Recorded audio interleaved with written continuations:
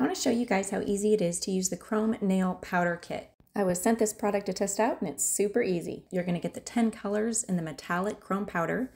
These are going to come with the little brushes. Now you want to go ahead and apply your base coat, then your nail polish, and then one layer of your top coat. Once you've applied this top coat, go ahead and take one of your brushes.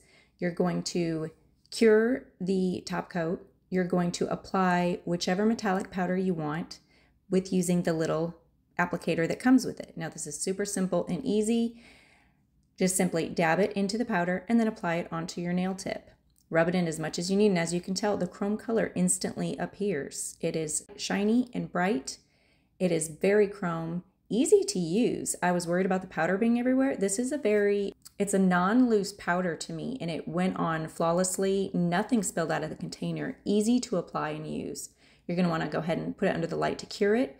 Go ahead and add one more layer of that top gel coat in the clear, just to help seal in that color and shine.